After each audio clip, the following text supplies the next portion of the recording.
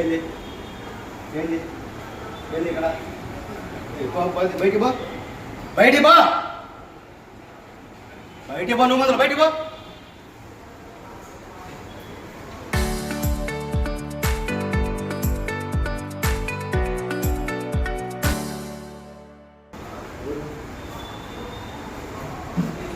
ఏంటి సస్పెండ్ చేయవా ఈరోజు వీడియో తీస్తే భయపడతారు అనుకుంటున్నా వీడియో తీసుకుపోయి బయటికి రేపండి. నమస్తే అండి. నిన్న ఒంగోలు కరెంట్ ఆఫీస్లో జరిగిన ఒక వీడియోను కూడా ఎవరో ఇన్స్టాలో పెట్టారు. వాళ్ళు 100% కరెక్టేనండి. వీళ్ళని ఎలాంటి చెప్పులు తీసుకొని వాళ్ళ మొహాన్ని ఇసిరిగొట్టినా తప్పులేదండి. ఎందుకంటే అక్కడ ఏసీ రూమ్లో కూర్చొని 4 గోళ్ల మధ్యలో కూర్చొని లక్షల జీతాలు నూగుతూ తప్పుడు వ్యవస్థని నడిపిస్తున్న ఎస్సీ. నేను విత్ ప్రూఫ్తో మాట్లాడుతున్నాను. నా భూమికి పట్టా ల్యాండ్ అని 100 సంవత్సరాల ల్యాండ్, నా భూమికి అవినీతి పరులకి 20 మందికి డీడీలు కట్టించుకొని కరెంట్ కనెక్షన్ ఇచ్చాడు. అదేందని నేను పీజీఆర్ఎస్లో ఇప్పటికి 10 అర్జీలు పెట్టాను. మరి కలెక్టర్ గారు ఏం చేస్తున్నారు? ఇలాంటి వ్యవస్థను నడిపిస్తున్నట్టున్నారు. కలెక్టర్ గారు అవినీతి వ్యవస్థని పెడితే దానికి ఏమిస్తారండి ఆన్సరు? మీరు రెవెన్యూ వాళ్ళతోనే సర్వే చేయించి సర్వే రిపోర్ట్ ఇవ్వండి అని చెప్పేసి అప్పుడు మేము వచ్చి చూస్తాము అని చెప్పేసి ఇచ్చారు. ఆర్టీఐలో పెట్టినా అదే ఇచ్చారు, మామూలుగా పెట్టిన ఎన్ని అర్జీలు పెట్టినా ఇదే ఇస్తున్నారు. అంటే వాళ్ళ అవినీతి బయటపడకోకుండా రెవెన్యూ వాళ్ళని పిలిచి సర్వే చేయించండి అని. ఎందుకంటే అది ఎట్లాగో కబ్జా చేసిన వాళ్ళు ఆపుతారని చెప్పేసి వాళ్ళకి తెలుసు. అందుకని ఇలాంటి అనేది ఇచ్చారు. కానీ ఇక్కడ సిగ్గులేని ఆఫీసర్లు, సిగ్గుమాలిన ఆఫీసర్లు, ఏ చెప్పు తీసుకొని కొట్టినా తప్పులేని ఆఫీసర్లు ఒకటే అడుగుతున్నాను. ఈ 20 మంది డీడీలు కట్టించుకున్న వాళ్ళకి ఏ సర్వే రిపోర్టు, ఏ రెవెన్యూ సర్వే రిపోర్టు తెచ్చిస్తే మీరు కనెక్షన్లు ఇచ్చారు? మరి సర్వే రిపోర్ట్లు నేను ఆర్టీఐ పెడితే ఎందుకు ఇవ్వలేదు? మీ బతుకులు ఇంత దొంగతనంగా బతుకుతున్నారు. గవర్నమెంట్ జీతాలు ఇస్తుంది, ఏసీ రూమ్లో కూర్చొని అవినీతి చేస్తున్నారు. మీకు కలెక్టర్ గారు ఇస్తున్నారు. అసలు కలెక్టర్ గారి వ్యవస్థ ఎందుకుంది? అవినీతి పనులు చేస్తుంటే అధికారులు చూస్తూ ఉన్నారు. ఎన్ని అర్జీలండి?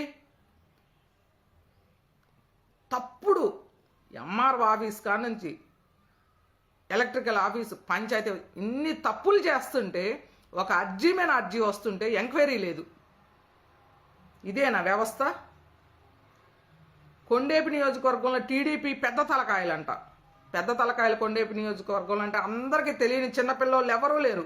వాళ్ళ పేర్లు ఎత్తితేనంట వాళ్ళకి అవమానాలు జరుగుతున్నాయంట. ఇంకా కానివ్వండి అని చెప్తున్నారంట. భూమిని కానివ్వండి, చంపేయండి, లేపేయండి, మేమున్నాం మీ వెనకాల, మీరు ఏది చేసినా సపోర్ట్ చేస్తామని చెప్పేసి అవినీతికి ఎంకరేజ్ చేస్తున్నారంట పెద్ద తలకాయలు. ఇది రాజకీయ దుర్మార్గం. ఇది ఇన్ని డిపార్ట్మెంట్లు ఒక 40 లక్షల ఆస్తి కోసం ఇంత చిల్లర బతుకులు బతుకుతున్నారు. కడుపుకు అన్నం తినే పనులు ఒక్కరు కూడా చెయ్యట్లా, గడ్డి తినే పనులే చేస్తున్నారు. ఆ ఎలక్ట్రికల్ డిపార్ట్మెంట్ వాళ్ళని నేను చేయలేకపోవచ్చు, ఎవరైనా సరే వాళ్ళు బయటకు వస్తే ఏ చెప్పు తీసుకొని కొట్టినా బాధ లేదు, ఏ చెప్పు తీసుకొని కొట్టినా తప్పు లేదు. ఎందుకంటే వాళ్ళు చేస్తున్న అవినీతి ఆ లెవెల్లో ఉంది. కందుకూరు వీరయ్య జోబుని ఏ రకంగా నింపుకుంటున్నాడో అతగాని పొట్ట కూడా ఆ రకంగానే పెంచుకొని 4 గోళ్ల మధ్యలో కూర్చొని అవినీతి చేస్తున్నాడు. జరుగుమల్లి ఏఈ హరదీష్ అతను అంతే చేస్తున్నాడు. ఇంత దుర్మార్గమైన పాలన, ఇంత దుర్మార్గమైన వ్యవస్థ ప్రకాశం జిల్లాలో.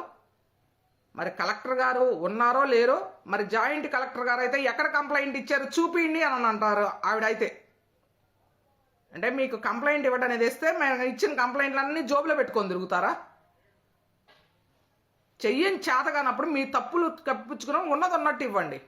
మేము చేత కాదు, మా వెనకాల పొలిటికల్ బ్యాక్గ్రౌండ్ ఉంది, మమ్మల్ని చేయనివ్వట్లేదని చెప్పేసి ఇవ్వండి. అంతేగాని ఇలాంటి దిక్కుమాలిన వ్యవస్థ, ఇలాంటి దిక్కుమాలిన పనులు చేయమాకండి. ప్రెస్ మీట్ యొక్క ఉద్దేశము నేను ముందుగా చెప్తానండి.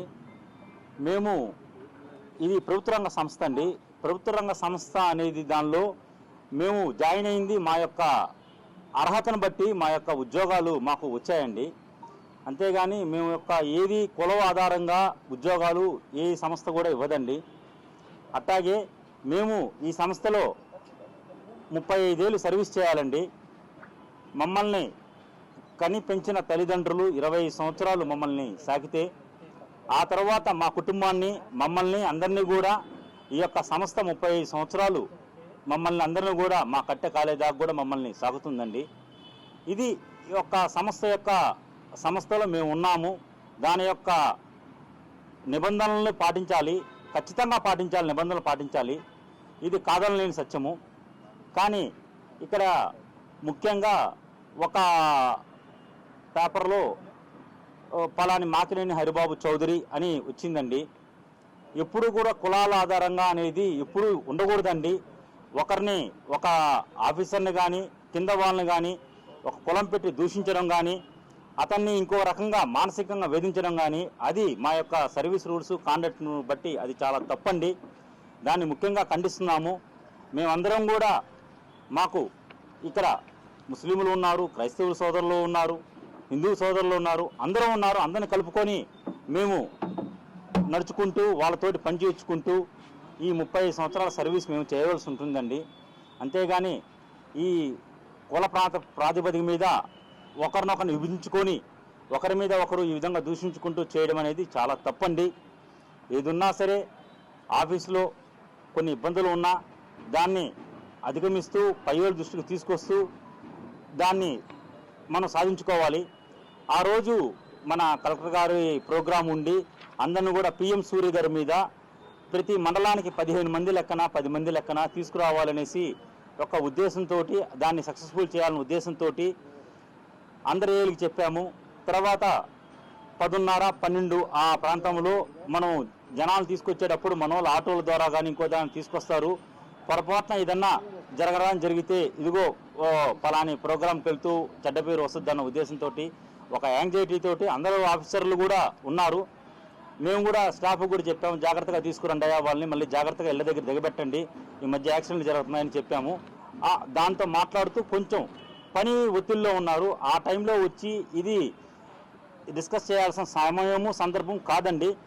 ఆ సందర్భంలో వచ్చి అతను నాది ఏమైంది అని మాట్లాడడం వల్ల ఆ యాంగ్జైటీలో నువ్వు ఈ విధంగా మాట్లాడడం సబు కాదు, నువ్వు పో అని అనడం జరిగింది. అంతేగాని ఆ వ్యక్తి మీద కానీ ఇంకొక వాళ్ళ మీద కానీ ఎటువంటి కక్ష అటువంటి ఎవరికి లేదండి. ఆయనతో దాన్ని మళ్ళీ సాల్వ్ చేసుకోకుండా ఒక కుల వ్యవస్థగా తీసుకొచ్చి ఒక కులం మీద ఈ విధంగా చేయడం అనేది పూర్తిగా అర్ధరహితము. దాన్ని మా యొక్క ఇంజనీర్ తరఫున మా డిపార్ట్మెంట్లో మేము ఈ ఒంగోలు డివిజన్లో చేస్తున్నామండి, ఖండిస్తున్నాము. తర్వాత ఈ యొక్క 1.5 సంవత్సరంలో ఏమేమి యొక్క మన ఒంగోలు డివిజన్కి మంచి కార్యక్రమాలు చేశాము అనేది మన టౌన్ ఏడీ గారైన పాండురంగారావు గారు మీకు వివరిస్తారండి. నా పేరు పాండురంగారావు, నేను deputy executive engineer Ongole town అండి. ఇప్పుడు ఈరోజు మీకు ప్రెస్ మీటింగ్ పెట్టడానికి కారణం ఏంటంటే గత 2 రోజుల నుంచి సోషల్ మీడియాలో ఒక స్టాఫ్ మా ఎగ్జిక్యూటివ్ ఇంజనీర్ గారిని రకరకాలుగా వీడియో క్లిప్పింగ్లు వేసి ఇబ్బంది పెడుతూ ఉన్నారు. అసలు జరిగిన వాస్తవం ఏందనేది మీకు తెలియాలి కాబట్టి మేము ఈ డివిజన్ మొత్తం ఈరోజు ఇక్కడ అందరం ఉన్నాము. డివిజన్కు సంబంధించిన 3 deputy executive engineers, account staff వాళ్ళు ఉన్నారు, తర్వాత అన్ని కార్మిక సంఘాలకు సంబంధించిన నాయకులు ఉన్నారు. అందరం కలిపి ప్రెస్ మీట్కి పెట్టిన కారణం ఏంటంటే ఇప్పుడు మేమందరం జాయిన్ అయ్యి సుమారుగా ఒక 2 సంవత్సరాలు అయిందండి ఇక్కడ ఈ డివిజన్లో. చేరిన దగ్గర నుంచి శ్రేయస్శక్తిలో ఇబ్బంది లేకుండా సంస్థ అభివృద్ధి కోసమే మేము పనిచేస్తూ ఉన్నాము. దాంట్లో భాగంగా మా గౌరవ ఎగ్జిక్యూటివ్ ఇంజనీర్ శ్రీ మాకినేని హరిబాబు గారు మమ్మల్ని అందరినీ అనేక విధాలుగా ప్రోత్సహిస్తూ సంస్థ అభివృద్ధి కోసమే పనిచేయమని చెప్పున్నారు. అందులో భాగంగానే మీరు కూడా ఇటువంటి అభివృద్ధి గతంలో చూసి ఉండకపోవచ్చు. మీరు డివిజన్లో ఎక్కడ చూసినా కానీ డ్యామేజ్డ్ పోల్స్ రీప్లేస్ చేయటం కానీ, లేకపోతే షార్ట్ హైట్ పోల్స్ మార్చడం కానీ, కండక్టరు ఏదైనా బాగలేకపోతే రీప్లేస్ చేయటం కానీ, కేబుల్స్ ఏమైనా డ్యామేజ్ అయి ఉంటే మార్చడం కానీ, ఇవన్నీ కూడా గత 2 సంవత్సరాలలో మన మాకినేని హరిబాబు ఎగ్జిక్యూటివ్ ఇంజనీర్ గారు మన ఎస్సీ గారి ప్రోద్బలంతో, ఎమ్మెల్యే గారి సహాయ సహకారాలతోటి మేనేజ్మెంట్ నుంచి బడ్జెట్ని తీసుకొచ్చి ఆ సంస్థ కోసము, తర్వాత ఒంగోలు డివిజన్లో ఉన్నటువంటి వినియోగదారులకి ఇబ్బంది కలగకూడదని అనేక రకాల పనులు చేస్తూ ఉన్నాము. ఇందులో ఎవరిని ఇబ్బంది పెట్టాలనే ఏమీ లేదండి. ఈ భాగంగా ప్రతి ఒక్క డిస్ట్రిబ్యూషన్కి కూడా ప్రతి ఒక్క డిస్ట్రిబ్యూషన్కి కూడా స్టాఫ్ని ఉంచుకొని, స్టాఫ్ ఉన్నా లేకపోయినా పక్క స్టాఫ్ని కోఆర్డినేట్ చేసుకుంటూ మాలో ఉన్నటువంటి రెవెన్యూ వింగ్ను కూడా కలుపుకొని అందరినీ కలిపి మాకినేని హరిబాబు డిఈ గారు అందరితోటి కోఆర్డినేట్ చేసుకుంటూ మన డివిజన్, ఒంగోలు డివిజన్ని అభివృద్ధి పయనంలో తీసుకెళ్తూ ఉన్నారు. ఇటువంటి సందర్భంలో ఏం జరిగిందంటే, మా దగ్గర ఉన్నటువంటి ఒక వెంకటేశ్వర రెడ్డి అనే స్టాఫ్ ఇతను లింగంగుంట అనే డిస్ట్రిబ్యూషన్లో ఉద్యోగం చేయించున్నాడు. అతన్ని అక్కడికి పంపించింది కూడా 2 సంవత్సరాల క్రితం జనరల్ ట్రాన్స్ఫర్స్ అప్పుడు పంపించారు. కారణం ఏంటంటే, ఇక్కడ ఒంగోలు టౌన్లో D3 అనే సెక్షన్లో అతను కొన్ని అనాథరైజ్డ్ వర్క్స్ చేస్తున్నాడు. అంటే అనుమతులు లేకుండా, డిపార్ట్మెంట్ అప్రూవల్స్ లేకుండా చేయటం వల్ల మేనేజ్మెంట్ వారు పనిష్మెంట్ కింద లింగంగుంటలో పంపించున్నారు. ఇప్పుడు మళ్ళీ D3 సెక్షన్కి రావాలని చెప్పి సిఎండి గారి నుంచి, గౌరవ సిఎండి గారి నుంచి ఆర్డర్స్ తెచ్చుకొని ఉన్నారు.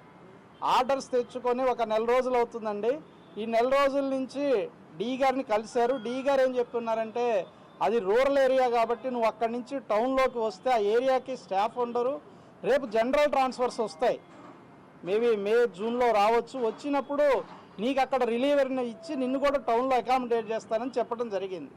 అయినా వినకుండా ఒక 20 రోజుల నుంచి అనేక విధాలుగా ప్రతిరోజు ఎవరో ఒకళ్ళ ద్వారా ఫోన్ చేయిస్తూ కొంచెం ప్రెషర్ పెట్టిస్తున్నారు డి గారి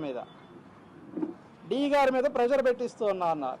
ఈ క్రమంలో మొన్న 2వ తారీఖున ఒక N9 టీవీ రిపోర్టర్ లోపలికి వచ్చి, మీరు మా వెంకటేశ్వర రెడ్డికి ట్రాన్స్ఫర్ బదిలీ ఎందుకు ఇవ్వరు అని అడిగారు.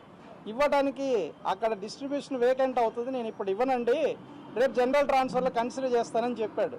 అక్కడితో వెళ్ళిపోయింది. ఇప్పుడు ఆల్రెడీ ఏప్రిల్కి వచ్చాము, మే 2 నెలలే ఉంది. 2 నెలలు ఆగి రేపు ట్రాన్స్ఫర్స్లో అవకాశం ఉన్నప్పుడు తీసుకొని ఉంటే ఇబ్బంది ఉండేది కాదు అన్నా కానీ అతను ఆ రిపోర్టరు ఇంకా తెల్లకుండా డి గారి వాయిస్ రికార్డ్ చేస్తూ బయటకు వచ్చి కారిడార్లో పెద్దగా అరుస్తూ ఉన్నారు. అప్పుడు డి గారు బయటకు వచ్చి, ఇది ఆఫీస్ ఏరియా, నువ్వు ఇట్లా అరవడానికి ఇబ్బందిగా ఉంటుంది, మీరు బయటకు వెళ్ళిపోండి అన్నాడు. అక్కడ లైన్మెన్ కూడా బయట ఉన్నాడు అనమాట. ఆ లైన్ ఇదంతా చేసింది లైన్మెన్ అర్థమయ్యి ముందు ఇతన్ని సస్పెండ్ చేయండి అని చెప్పిన మాట వాస్తవం. అంతటితో వెళ్ళిపోయిన సబ్జెక్ట్ అక్కడితో అయిపోయినది. కానీ అతను వెళ్ళిపోకుండా దాన్ని మళ్ళీ మీడియాలో అప్లోడ్ చేశారు. మీడియాలో అప్లోడ్ చేసేసరికి డిపార్ట్మెంట్ యొక్క ఇమేజ్ మొత్తం డ్యామేజ్ అయింది. ఒక ఎంప్లాయీ, ఒక ఉద్యోగి సోషల్ మీడియాలో డిపార్ట్మెంట్కి అగెనిస్ట్గా పెట్టకూడదు, ఇది మిస్కాండక్ట్ ఆఫ్ ద రూల్స్ అవుతుంది. కాబట్టి ఎప్పుడైతే అతను పోస్ట్ చేశాడో ఇమ్మీడియట్లీ అదే రోజు సాయంత్రం సస్పెండ్ చేయడం జరిగింది. సస్పెండ్ చేసిన తర్వాత మళ్ళీ నెక్స్ట్ 3వ తారీఖున హెచ్ఎం టీవీలో, సాక్షి మీడియాలో రకరకాలుగా ఇచ్చారు. ఏది, అతను వాయిస్ కూడా ఇచ్చాడు, 2 నుంచి 3 లక్షలు డి గారు అడిగారని. మీరు ఇంతమంది పాత్రికేయులు ఉన్నారు, సుమారుగా డిపార్ట్మెంట్లో డివిజన్లో 500 మంది ఎంప్లాయీస్ ఉంటారు. మీరు ఇక్కడి నుంచి అయినా ఎప్పుడు ఎక్కడ ఎవరినైనా ఎంక్వైరీ చేయండి. మా డిఈ గారు మాకినేని హరిబాబు గారు ఏ స్టాఫ్ దగ్గర అయినా ₹1 తీసుకున్నట్టుగా ఆధారాలు అనేవి ఏమీ లేవు. మీరు ఎప్పుడైనా ఎంక్వైరీ చేసుకోవచ్చు. అటువంటిది అతను హెచ్ఎం టీవీలో 2 లక్షలు అడిగారు, 3 లక్షలు అడిగారు అని వాయిస్ ఇచ్చి రకరకాలుగా ఇబ్బంది పెడతా ఉన్నారు. అందుకోసం అని చెప్పి అసలు జరుగుతున్నది వాస్తవం ఏందనేది మేము మీ అందరికీ తెలియజేయాలనే ఈరోజు ప్రెస్ మీట్ పెట్టమన్నాము. మా ఏడీ గారు మీ అందరినీ రమ్మని చెప్పారు. మీ అందరూ వెంటనే ఇచ్చేసినందుకు ఒంగోలు డివిజన్ తరఫున అందరికీ కృతజ్ఞతలు తెలియజేస్తూ ఉన్నాను. ఇప్పుడు మేమంతా ఉద్యోగం చేయడానికే ఇక్కడికి వచ్చాము. అటువంటిది ఈ ట్రాన్స్ఫర్ల కోసము రకరకాలుగా మీడియాలో ఎక్స్పోజ్ అయ్యి ఇబ్బంది పెడితే అది ఉద్యోగస్తులుగా మాకు మంచిది కాదు, సంస్థకి మంచిది కాదు. అందుకని మేము మా మేనేజ్మెంట్ వారికి కూడా ఈరోజు విన్నవించుకునేది ఏంటంటే, ఇట్లా ఎవరైతే సోషల్ మీడియాలో డిపార్ట్మెంట్ ఇమేజ్ డ్యామేజ్ చేశారో వాళ్ళని ఉద్యోగం నుంచి కూడా తక్షణమే తొలగించవలసిందిగా, పూర్తిగా శాశ్వతంగా తొలగించమని ఒంగోలు డివిజన్ ఉద్యోగులందరం కూడా డిమాండ్ చేస్తూ ఉన్నాం. Thank you. మోహన్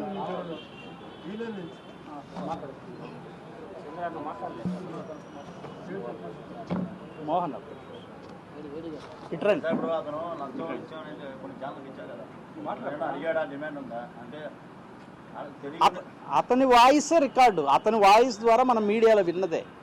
ఇప్పుడు డిఈ గారు లంచం అడగాల్సిన అవసరం లేదండి.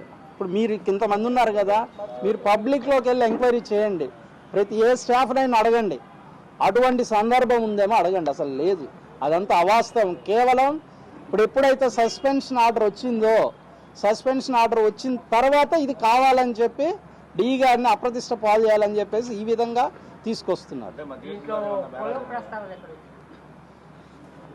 సార్ సార్ చెప్పండి. సార్